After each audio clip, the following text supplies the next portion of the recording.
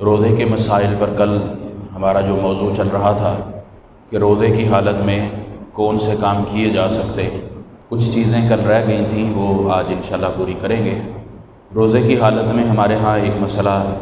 Injection کا ہے، ایک بلڈ دینے اور لینے کا ہے، اور اسی طرح ایک مسئلہ حجامہ سینگی کروانے کا ہے۔ باقی کچھ مسائل کل بیان ہو چکے ہیں۔ شریعت مطہرہ نے روزے کی حالت میں ہمیں جو کچھ اصول، قاعدے، ضابطے دیے ہیں، ان میں آپ علیہ الصلاۃ والسلام کا ایک فرمان کہ روزے کی حالت میں جسم سے کچھ نکالنا اور جسم میں کچھ ڈالنا، یہ دونوں الگ الگ چیزیں ہیں۔ جسم سے نکالنے میں کوئی ممانعت نہیں ہے، مثلا کوئی ٹیسٹ وغیرہ کروانا ہے، اس کے لیے بلڈ چاہیے، یا کوئی مریض ہے اس کو بلڈ دینا ہے، اسی طرح حجامہ ہے، سینگی ہے، یہ تینوں چیزیں اس طرح کی ہے جو جسم سے اخراج کرتی ہیں، یعنی کہ جسم سے کسی چیز کو باہر نکالتی ہیں۔ اسی طرح روزے کی حالت میں تھوکنا ہے یا تھوک کا نگلنا ہے، جو اندر یہ لعاب جس کو ہم کہتے ہیں، بلغم وغیرہ آ جاتی ہے۔ بعض دفعہ بندہ کسی ایسی جگہ پر ہوتا ہے کہ وہ نہیں نکال سکتا، تو وہ گلے میں گرتی ہے، جس کو کیرے کا یہ بیماری ہوتی ہے نزلے کی، اس کا گلے میں گرتا رہتا ہے۔ تو بعض ہمارے نمازی حضرات کچھ اس طرح کی بھی سستی کرتے ہیں کہ وہ نماز کی حالت میں کافی زور زور سے کھینچتے رہتے ہیں۔ یہ کام بھی درست نہیں ہے، کیونکہ اس سے دوسرے کو قباحت محسوس ہوتی ہے، وہ عار محسوس کرتا ہے، تو یہ نہیں کرنا چاہیے۔ تو بہرحال یہ والی چیز بھی ہے، تو شریعت نے اس میں پابندی نہیں لگائی کہ آپ نکالیں، مگر یہ کہ آپ کو کمزوری کا خدشہ ہو۔ بلڈ اگر دے رہے ہیں تو ظاہری سی بات ہے بندے کو کمزوری ہو سکتی ہے، کمزوری ہوگی تو وہ اپنا روزہ مکمل نہیں کر سکے گا۔ اسی طرح سینگی اور حجامے کا مسئلہ ہے، اس میں بھی اگر کمزوری کا عنصر پایا جانے کا خدشہ ہو تو پھر وہ افطار کے بعد کروائے، روزے کی حالت میں نہ کروائے، اور اگر روزے کی حالت میں کرواتا ہے، کمزوری کا خدشہ نہیں ہے، تو اس میں کوئی حرج نہیں ہے، وہ کروا سکتا ہے۔ بلڈ ٹیسٹ کے لیے دینا ہو، وہ رگ سے نکلتا ہے، اسی طرح بلڈ ڈونیٹ کرنا ہو، دینا ہو، کسی کو عطیہ کرنا ہو، یا سینگی یا حجامے کی شکل میں بلڈ نکلے، ان تینوں صورتوں میں روزے کی حالت میں دیا جا سکتا ہے، الا یہ کہ روزہ مکمل نہ ہونے کا خدشہ پیدا ہو۔ اگر کمزوری یا روزہ مکمل نہ کرنے کی کوئی بات سامنے آ رہی ہو تو پھر دینا درست نہیں ہے، کیونکہ روزہ مکمل کرنا زیادہ ضروری ہے۔ رسول اللہ صلی اللہ علیہ وسلم سے حجامہ لگانے کے حوالے سے دو روایات ملتی ہیں۔ صحیح بخاری کی روایت ہے کہ آپ علیہ الصلاۃ والسلام نے روزے کی حالت میں حجامہ لگوایا۔ اسی طرح ایک دوسری روایت ہے، اس میں آپ علیہ الصلاۃ والسلام گزر رہے تھے تو صحابہ حجامہ لگوا رہے تھے، تو آپ علیہ الصلاۃ والسلام نے فرمایا کہ حجامہ سینگی لگانے والا اور لگوانے والا دونوں کا روزہ ختم ہو گیا۔ اب ظاہری طور پر ان دونوں میں کافی زیادہ تضاد ہے، تطبیق اس کے اندر کیا ہوگی؟ تعارض ہے، ایک دوسرے کے بالکل برعکس ہے۔ ایک روایت میں آپ صلی اللہ علیہ وسلم نے فرمایا کہ روزے کی حالت میں حجامہ ہوتا ہے، لگایا جا سکتا ہے، دوسری میں ہے کہ آپ علیہ الصلاۃ والسلام نے منع کر دیا۔ منع والی جو روایت ہے اس کے اندر ایک راوی ضعیف پایا جاتا ہے۔ اسی طرح صحابہ کے عمل سے، بلکہ صحابہ کے بعد تابعین کے عمل سے، عروہ رحمہ اللہ سے بھی یہ اثر ملتا ہے کہ وہ حالت روزہ میں حجامہ سینگی لگوایا کرتے تھے۔ اب یہ دونوں روایات ہمارے سامنے ہیں، ایک صحیح بخاری کی ہے، ایک میں کمزور روایت ہے۔ یہاں پر یہ مسئلہ واضح ہو جاتا ہے۔ اس کے بعد صحابہ کا عمل اور تابعین کا عمل وہ اس بات کی وضاحت کر دیتا ہے کہ درست چیز کیا ہے، اور درست یہ ہے کہ حجامہ سینگی لگوائی جا سکتی ہے۔ دوسرا اس میں جو تطبیق کا ایک طریقہ ہے یا ایک تعارض ختم کرنے کی جو چیز ہے، وہ ناسخ اور منسوخ کا حکم ہے کہ رسول اللہ صلی اللہ علیہ وسلم نے پہلے منع کیا۔ اگر ہم کہتے ہیں کہ ٹھیک ہے آپ نہیں مانتے اس بات کو، یا بعض تساہل وہ کہتے ہیں نہیں یہ راوی بھی ٹھیک ہے، اس بات کو بھی مان لیا جائے، تو پھر ناسخ منسوخ کا حکم اس میں شامل ہو جاتا ہے کہ آپ علیہ الصلاۃ والسلام کا جو پہلا حکم تھا وہ روزے کی حالت میں حجامہ اور سینگی لگوانے کا منع تھا۔ دوسرا حکم آپ علیہ الصلاۃ والسلام کا جب آیا تو وہ یہ تھا کہ آپ نے اس کی اجازت دے دی۔ شریعت میں اس طرح کی بہت ساری چیزیں ملتی ہیں، بہت سارے احکامات ہیں، جس طرح چند دن پہلے روزے کے حوالے سے بیان کیا تھا کہ پہلے روزہ کوئی رکھ لے، نہ رکھے کوئی حرج نہیں، رکھ لے تو ٹھیک ہے، نہ رکھے تو فدیہ دے دے۔ پھر بعد میں فمن شہد منکم الشہر فلیصم، اس سے یہ بات واضح ہو گئی کہ روزہ جو اس مہینے کا پائے گا وہ رکھے گا۔ تو اس طرح یہاں پر بھی یہ مسئلہ ہے کہ آپ علیہ الصلاۃ والسلام کا جو پہلا حکم تھا وہ منسوخ ہو گیا، منع ہو گیا،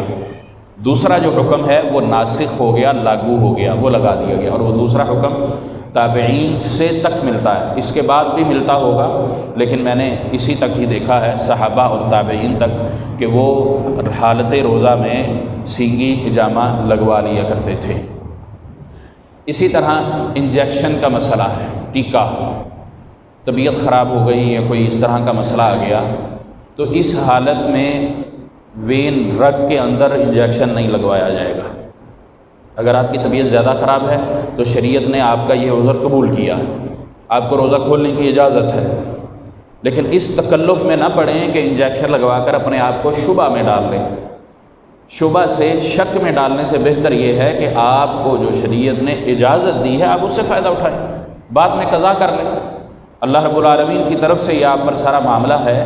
تو آپ اپنے آپ کو مشکل میں نہ ڈالیں، شبہ میں نہ ڈالیں، شک میں نہ ڈالیں، بلکہ یقینی جو عمل ہے عبادت کے اندر اطمینان والا، وہ والا کام کریں۔ اس کے ساتھ ساتھ گوشت کے اندر حکم الگ ہے، مثلا ہم یہ کندھے پہ یا گولے پر لگتا ہے گوشت میں، اس میں بعض علماء کے ہاں اجازت ہے کہ آپ لگا سکتے ہیں کیونکہ وہ آپ کے خون میں شامل نہیں ہوتا۔ تیسری قسم انجیکشن کی یہ ہے کہ آپ کو انجیکشن طاقت کے یا اس طرح کے لگتے ہیں، وہ وین میں لگے یا وہ گوشت میں لگے، پٹھے میں لگے، جہاں بھی لگے، اس کی اجازت شریعت نے نہیں دی، کیونکہ روزے کی حالت میں بندہ کھانے پینے سے منع رہتا ہے تو طبی چیز ہے، قدرتی بات ہے کہ اس کو تھوڑی سی کمزوری محسوس ہوتی ہے، وہ نڈال ہوتا ہے۔ اس طرح کی دوال اگر لے گا تو پھر اس کو وہ طاقت ملے گی، روزے کا جو مقصد ہے وہ نہیں رہے گا۔ تو اس لیے طاقت کا انجیکشن، طاقت کا ٹیکا کسی بھی قسم کا ہو وہ لگانا درست اور جائز نہیں ہے۔ اسی طرح یہ خوشبو، ناک کے مسئلہ ہے، اس میں بخور کے حوالے سے یہ ہے، یا وہ خوشبو جو گلے کو یا گلے سے آگے تک محسوس ہوتی ہے، بعض خوشبو اس طرح کی ہوتی ہے کہ اس کا ٹیسٹ گلے میں آ جاتا ہے، ہم سونگھتے ہیں، صرف سونگھنے کی حد تک، کھاتے نہیں، لیکن اس کا ٹیسٹ گلے میں آتا ہے یا گلے سے آگے چلا جاتا ہے، ایسی خوشبو بھی منع ہے روزے کی حالت میں۔ باقی عام خوشبوئیں جو گلے میں محسوس نہیں ہوتی وہ کافی ساری ہیں، تو اس میں کوئی مسئلہ نہیں ہے، وہ استعمال کی جا سکتی ہے، اور یہ جو گلے میں جانے والی ہے وہ صرف بخور ہے، یہ عود کا جو بخور ہوتا ہے دھواں، وہ جاتا ہے گلے میں، اور وہ بھی تب جاتا ہے جب اس کو زیادہ استعمال کیا جائے۔ اور عرب کے اندر یہ عادت ہے، ہمیں تو وہ ذرا اچھا نہیں لگتا، ویسے بھی اس کی جو تاثیر ہے وہ گرم ہوتی ہے، مچھر کو بھگاتا ہے، وہ مکھی مچھر اس کو بھگا دیتا ہے، وہ تاثیر اس کی گرم ہوتی ہے۔ ہمارے ہاں وہ عادت نہیں ہے، عرب کے ہاں عادت یہ ہے کہ انہوں نے وہ شماغ لیا ہوتا ہے نا، رومال، تو وہ دھواں آگے کر کے رومال اس کے اوپر ڈال کے اس کو کھینچتے ہیں، ان کا مزاج ہے، طبیعت ہے، ہم نہیں کر سکتے، یہ اللہ رب العالمین نے مزاج اور طبیعت بنائی ہے، اور ہم میں سے بھی جو عرب میں رہ کر اس کی عادت ڈال لے وہ الگ بات ہے، یا یہاں رہ کے عادت ڈال لے تو وہ ایک الگ بات ہے، لیکن عام طور پر ہم دھواں برداشت نہیں کر سکتے کسی بھی چیز کا ہو، تو ان کا مزاج یہ ہے کہ وہ کھینچتے ہیں، تو جب وہ کھینچا جاتا ہے، زیادہ وہ استعمال کیا جاتا ہے، سونگا جاتا ہے، تو وہ گلے میں بیٹھتا ہے، گلے میں جاتا ہے، تو اس لیے شریعت نے اس سے بھی منع کیا ہے، لیکن اگر عام حالت میں دور ہے، کہیں چل رہا ہے، تو اس میں کوئی ممانعت بھی نہیں ہے۔ اسی طرح ایک مسئلہ ہے روزے کی حالت میں کام کرنا، یہ ہمارے ہاں عام طور پر کافی زیادہ سوال بھی کیا جاتا ہے کہ جی ہم پتھر توڑتے ہیں، وزن اٹھاتے ہیں، مزدوری کا کام ہے تو روزہ نہیں رکھ سکتے۔ ایسے ہمارے مسلمان پورا رمضان المبارک ہی گزار دیتے ہیں، روزہ نہیں رکھتے۔ شریعت نے یہ عذر نہیں دیا، اگر آپ طاقتور صحت مند ہیں، سفر پر نہیں ہیں، تو پھر آپ کو روزہ رکھنا ہے، آپ اپنے ٹائمنگ چینج کر سکتے ہیں، رات کو کام کر سکتے ہیں، اور اس طرح کا کام زیادہ تر ٹھیکیداری میں ہوتا ہے۔ آپ اگر بات کر لیں یا وہ بھی،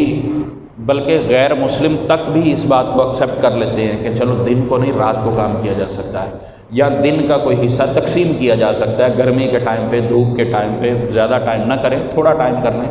تو خلاصہ اس کا یہ ہے کہ روزہ چھوڑنا درست نہیں ہے، اس میں روزہ رکھنا چاہیے، اپنی ترتیب کو، اپنے ٹائم کو وہ آپ مینیج کر لیں۔ اگر نہیں ہو سکتا تو پھر مسلمان معاشرے کی ذمہ داری ہے کہ وہ ایسے شخص کی مدد کرے، کیونکہ ظاہری سی بات ہے وہ مزدوری نہیں کرے گا، دہاڑی دار ہے تو دہاڑی نہیں اس کو ملے گی، تو پھر ایسے شخص کے لیے تعاون کرنا اس کے ساتھ کہ وہ روزے رکھ سکے۔ تعاون علی البر والتقوی، بھلے وہ غریب نہ ہو، مسکین نہ ہو، زکوٰۃ کے مصارف میں وہ نہ آتا ہو، لیکن تعاون علی البر والتقوی، اس بنیاد پر اس کے ساتھ تعاون کرنا کہ اس ماہ مبارک میں اس کے گھر کا سرکل چلتا رہے، کھانے پینے کی اس کو ٹینشن نہ ہو، اس کو دہاڑی ملنے کی ٹینشن نہ ہو، وہ اطمینان سے روزے رکھ سکے۔ جس طرح وہ روزہ رکھے گا اس طرح آپ کو بھی اجر ہے۔ اس میں مدد کرنی زیادہ اجر کی باعث ہے بنسبت اس کے کہ ہم افطاریوں میں، سحریوں میں یا ان میں ہم زیادہ پیسے خرچ کرتے رہیں۔ تو بہرحال وہ بھی اپنی جگہ ایک نیک عمل ہے، لیکن یہ والا جو ہے یہ زیادہ بہتر ہے کہ ہم ایک مزدور کو اس کے روزے بچا رہے ہیں اس بنیاد پہ کہ وہ روزہ رکھے گا تو دہاڑی نہیں کر سکے گا، اگر روزہ نہ رکھے گا تو پھر اس کے رمضان کے روزے رہتے ہیں۔ اور رسول اللہ صلی اللہ علیہ وسلم نے اس حوالے سے سختی بھی زیادہ کری ہے۔ آپ علیہ الصلوۃ والسلام کو خواب کی حالت میں جہنم دکھلائی گئی، اور اس میں وہ لوگ دکھائے گئے جو الٹے لٹکائے ہوئے تھے، ان کی باچھیں یہ پھٹی ہوئی تھی، خون بہہ رہا تھا، اور اس جگہ سے یہ والی ہماری جو رگ ہے نا، جیسے ہم بکرا وغیرہ لٹکاتے ہیں تو ایک رگ سے اس کو ٹانگتے ہیں، وہ مضبوط ہوتی ہے اس جگہ پہ جو ہوتی ہے، تو اللہ رب العالمین نے یہ ایڑی کے پیچھے یہ جو ہماری رگ ہے یہ بھی مضبوط ہے، اس سے ان کو الٹا لٹکایا ہوا آپ علیہ الصلوۃ والسلام کو دکھلایا۔ آپ صلی اللہ علیہ وسلم نے پوچھا یہ کون ہے؟ نبی علیہ الصلوۃ والسلام کو بتلایا کہ یہ وہ لوگ ہیں جو افطار کے ٹائم سے قبل روزہ کھول لیتے ہیں، روزہ چھوڑتے نہیں ہیں۔ روزہ چھوڑنے کا اس میں نہیں ملتا، بلکہ ان لوگوں کی بات ہے جو اپنے مقررہ وقت سے، جو کہ غروب آفتاب ہے، اس سے قبل روزہ کھول لیتے ہیں، ان کی یہ سخت سزا ہے۔ تو پھر اس شخص کی کیا سزا ہوگی جو روزہ سرے سے ہی نہیں رکھتا؟ اور یہ حکم اس کے لیے ہے جو بلا عذر، جس کا کوئی عذر نہیں ہے۔ اور یہ والا عذر جو میں نے ایک بیان کیا یہ ہمارے معاشرے میں کافی زیادہ پایا جاتا ہے، یہ کوئی عذر نہیں ہے، شریعت اس کو عذر نہیں کہتی، تو اس بنیاد پر بھی روزہ چھوڑنا نہیں چاہیے، اور اس کو بھی سامنے رکھنا چاہیے کہ اللہ رب العالمین نے اس بات پر اتنی سختی کی ہے کہ ہم قبل از وقت روزہ کھول لیں تو پھر روزہ چھوڑنے پر کتنی سختی ہوگی۔ اسی طرح افطاری کے حوالے سے نبی علیہ الصلوۃ والسلام کے احکامات ہیں کہ افطاری کرنے میں جلدی کریں۔ اب اس بات کو بھی ہم کچھ اور لے لیتے ہیں، سمجھ لیتے ہیں۔ افطاری جلدی سے مراد یہ سمجھ لیا جاتا ہے کہ ابھی سورج ہے، یا جو پورے وقت پر اذان دے دیتا ہے یا اعلان کر دیتا ہے کہ روزہ کھول لو، اس کو ہم شاید سمجھتے ہیں کہ اس نے پہلے کھول لیا۔ آپ نے صاحب حدیث کے الفاظ ما عجلوا الفطر، کہ جو فطر کرنے میں، افطاری کرنے میں جلدی کرتے ہیں، اس کی وجہ یہ ہے، سبب یہ ہے کہ یہودی تاخیر کیا کرتے تھے، ان کو شک کی، جیسے ہمارے ہاں شک کے 5 منٹ دیے جاتے ہیں، سحری میں شک کی بنیاد پر 5 منٹ پہلے روزہ بند کر دیا جاتا ہے، یعنی کہ اعلان کر دیا جاتا ہے، اذان اگرچہ بعد میں دیتے ہیں، شک کی بنیاد پر کہ پتہ نہیں سورج کہیں واپس ہی نہ آ جائے، 5 منٹ، اگر 5 منٹ میں واپس نہیں آیا تو پھر 10 منٹ میں بھی نہیں آئے گا، 1 منٹ میں بھی نہیں آئے گا، اگر اس نے آنا ہے تو وہ پھر 1 گھنٹے بعد بھی واپس آ سکتا ہے۔ تو یہ لاجیکلی بات سمجھ میں نہیں آنے والی، اور ویسے بھی سمجھ میں کسی کے آتی بھی ہو تو یہ غیر شرعی کام ہے۔ جب غروب آفتاب ہو گیا، وقت مقرر ہے، آپ کو روزہ کھولنا ہے، اس روزے کو کھولنے کے لیے یا روزے کو بند کرنے کے لیے رسول اللہ صلی اللہ علیہ وسلم نے جو ہمیں عمل بتایا اور سکھلایا ہے وہ آذان ہے۔ وہ مسجد کے اندر سائرن بجانا، ہارن بجانا، مشین کو اس طرح یہ چیزیں استعمال کرنا یا اعلان کرنا، یہ طریقہ کار درست نہیں ہے۔ طریقہ کار یہ ہے کہ جب سحری کا ٹائم ہو جائے، یعنی طلوع فجر ہو جائے، اس وقت آپ اذان دے دیں، آپ مسلمان سمجھ جائیں گے کہ ہاں اب ٹائم ختم ہو گیا۔ اسی طرح افطار کا جب ٹائم ہوتا ہے آپ اذان دے دیں، سب کو پتہ ہوگا جی اب افطاری کا ٹائم ہو گیا۔ تو یہ 5-5 منٹ کا جو فرق ہے یہ بھی درست نہیں ہے۔ اور اسی طرح جو قبل از وقت کھولتے ہیں وہ سورج ڈھلنے سے پہلے کا ٹائم ہے، سورج غروب ہونے کے پہلے کا ٹائم، یہ نہیں کہ غروب ہوتے وہ 5 منٹ کا انتظار نہیں کرتے اس لیے وہ اس وعید کے اندر آئیں گے، یہ فہم غلط ہے، یہ سوچ غلط ہے۔ ٹائم مقرر غروب آفتاب ہے، اور اس کی ڈیفینیشن بھی یہی کی جاتی ہے، سمجھا بھی یہی جاتا ہے، ہمیں خام خواہ کے ہم 5 منٹ نکال لیتے ہیں۔ تو یہ طریقہ کار بھی ہمیں سنت سے دور لے جاتا ہے۔ سنت والا عمل یہی ہے کہ جیسے ہی ٹائم داخل ہو ہمیں فوری طور پر روزہ افطار کر لینا چاہیے، نہ اس میں تاخیر کرتے ہوئے یہودیوں کے ساتھ ملنا چاہیے، نہ اس سے قبل کہ ہمیں اس وعید کا ہم اپنے آپ کو نشانہ بنا لیں۔ اسی طرح آپ علیہ الصلوۃ والسلام کے معمولات میں یہ چیز بھی شامل ہوا کرتی تھی کہ آپ علیہ الصلوۃ والسلام سحری لازمی کیا کرتے تھے۔ تسحروا فإن فی السحر برکۃ، آپ علیہ الصلوۃ والسلام نے سحری کے اندر برکت بتلائی۔ اور عام طور پر ہمارے ہاں جو آج کل سسٹم چلا ہے کہ کھانا ہم رات کو کھاتے ہیں، خاص طور پر کراچی والے ہم حضرات رات کو کھانا کھایا 1 بجے 2 بجے یا تراویحوں سے فارغ ہو کر اطمینان سے گپ شپ کر کے، اب جب 1 یا 2 بجے کھانا کھائیں گے نا پھر سحری نہیں کی جا سکتی۔ آپ اس وقت بھوک ہے ہلکا پھلکا کھا لیں، آرام کر لیں، اس کے بعد پھر سحری لازمی کریں۔ چلیں کھانا کھا بھی لیا نا تو پھر سحری میں کھجوریں استعمال کر لیں۔ آپ علیہ الصلوۃ والسلام سحری میں کھجور پسند کیا کرتے تھے، اور یہ بھرپور غذائیت والی، آپ نے کھانا نہیں کھانا کوئی حرج نہیں ہے، لیکن کھجور کا استعمال کریں اور سحری میں کھجور کو حصہ بنا لیں، لازمی حصہ بنا لیں۔ کیا سمجھ کر؟ سنت سمجھ کر، صحت اور باقی ساری چیزیں بعد میں، سنت سمجھ کر آپ اس کو اپنے کھانے میں، سحری کے کھانے میں استعمال کریں گے، شامل کریں گے تو آپ کے لیے یہ باعث اجر ہے، باقی ساری چیزیں بعد میں۔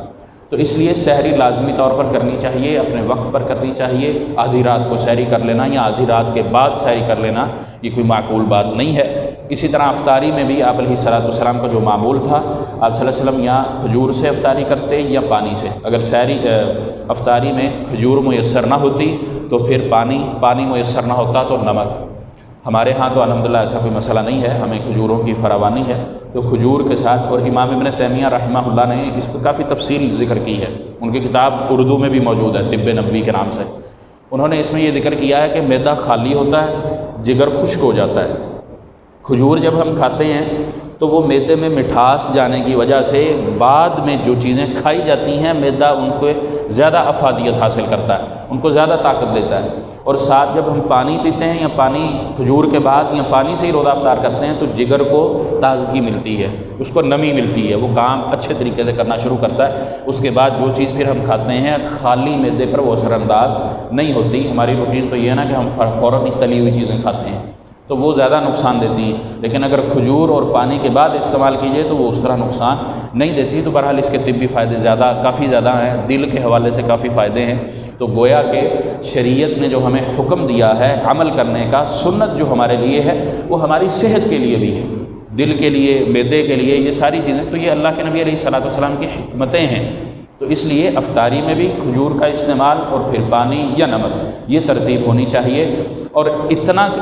کھانا چاہیے کہ بندہ اس سے زیادہ بوجھ نہ محسوس کرے۔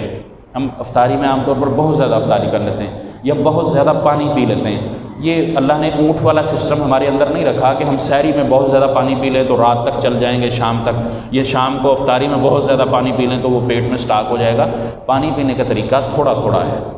تھوڑا تھوڑا پانی پئیں، وہ آپ کو تنگ نہیں کرے گا، باتھ روم کے لیے بھی، قضاء حاجت کے لیے بھی، اور پیٹ کو بھرے گا بھی نہیں، اور آپ اگلی عبادت کے لیے اپنے آپ کو چاق و چوبند رکھیں گے، حشاش بشاش رکھیں گے، تھکاوٹ محسوس نہیں ہوگی، غنودگی نہیں ہوگی، جسم کے اندر کمزوری محسوس نہیں ہوگی، بلکہ آپ حشاش بشاش رہیں گے۔ اگلی عبادت بھی اہم ہے، وہ قیام ہے،